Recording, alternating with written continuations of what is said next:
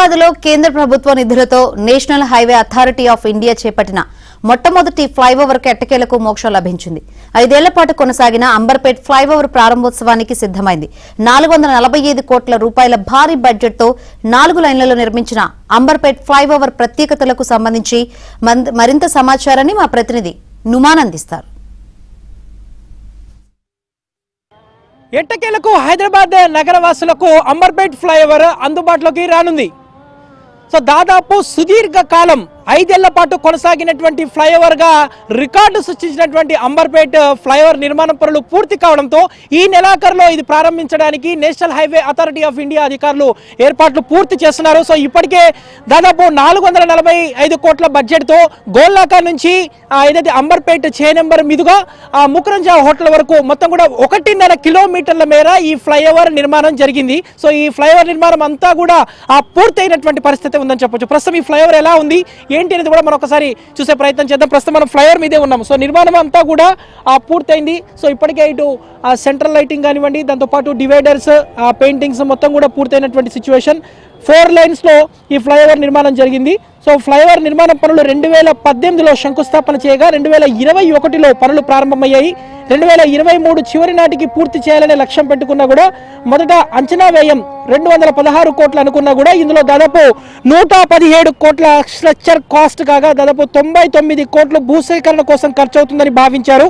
అయితే 2 వర్గాలకు చెందినటువంటి కట్టడాలపై నుంచి ఫ్లైఓవర్ కట్టడానికి ఒప్పుకోలేదు. దీంతో కొంతమేర రూట్ మార్చడం, దాంతోపాటు భూసేకరణ ఎక్కువ అవ్వడం, టైం కూడా మించిపోవడంతో మొత్తం కూడా దాదాపు 445 కోట్ల అంచనాతో ఈ ఫ్లైఓవర్ అంతా కూడా రివైజ్ చేశారు. ఇందులో 265 కోట్లు స్ట్రక్చర్ కాస్ట్ కాగా 180 కోట్లు భూసేకరణ కోసం ఖర్చు అయ్యాయి. సో భూసేకరణ కోసం దాదాపు 140 కోట్లు రాష్ట్ర ప్రభుత్వం ఇచ్చింది.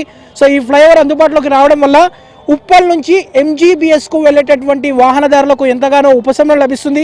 ఇటు సిటీ నుంచి వరంగల్ వైపు వెళ్ళేటటువంటి వాహనదారులు ప్రయాణం సమయం తగ్గేటటువంటి అవకాశం ఉంది. ట్రాఫిక్ సమస్య కూడా తీరుతుంది. సో ఇంతకు ముందు చే నెంబర్ శ్రీరమణ జంక్షన్ వద్ద ట్రాఫిక్ నిలిచిపోయేది. సో ఫ్లైఓవర్ వస్తే ఇటు చాదర్ఘాట్ నుంచి సిగ్నల్ తగలకుండా రామంతపూర్, హబ్సీగూడ, స్ట్రీట్ నెంబర్ 8 వరకు ఈజీగా చేరుకోవచ్చు.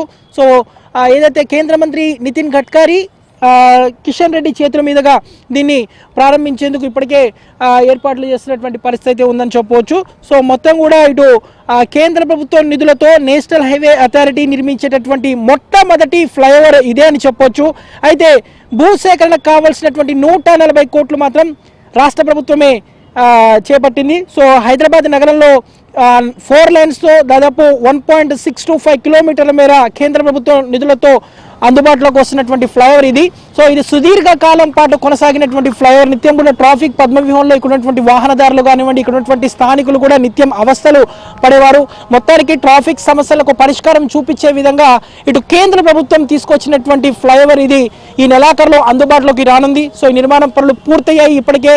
సో కింద రోడ్ లైన్కి సంబంధించినటువంటి వర్క్స్ పూర్తయ్యాయి. దాంతోపాటు డ్రైనేజ్ సిస్టమ్, అదేవిధంగా పైన సెంట్రల్ లైటింగ్, స్టడ్స్, ఇతర సేఫ్టీ ప్రికాషన్స్ అన్నీ తీసుకునే విధంగా దాదాపు మొత్తం కూడా 1.5 కిలోమీటర్ల మేర 445 కోట్ల బడ్జెట్తో చేపట్టినటువంటి అంబర్పేట్ ఫ్లైఓవర్ మాత్రం ఎట్టకేలకు భాగ్యనగర వాసులకు అందుబాటులోకి ఈ నెలాఖరులోపు రానున్నటువంటి పరిస్థితి. సో మనం డ్రోన్ విజువల్స్ లో కూడా చూసాము. సో మొత్తం కూడా ఈ ప్రాంతం రూపురేఖలు కూడా మార్చే విధంగా ఈ ఫ్లైఓవర్ అందుబాటులోకి రానుందని చెప్పొచ్చు. సో ఇది రావడం వల్ల ట్రాఫిక్ సమస్య అంబర్పేట్ నుంచి ఉప్పలకు వెళ్ళేటటువంటి మార్గంలో ట్రాఫిక్ సమస్యకు చాలా వరకు చెక్ పడుతుందంటూ కూడా ఇక్కడ ఉన్నటువంటి వాహనదారులు కానివ్వండి, ఇక్కడ ఉన్నటువంటి స్థానికులు కూడా తమ అభిప్రాయాన్ని వ్యక్తం చేస్తున్నటువంటి పరిస్థితి ఉందని చెప్పొచ్చు.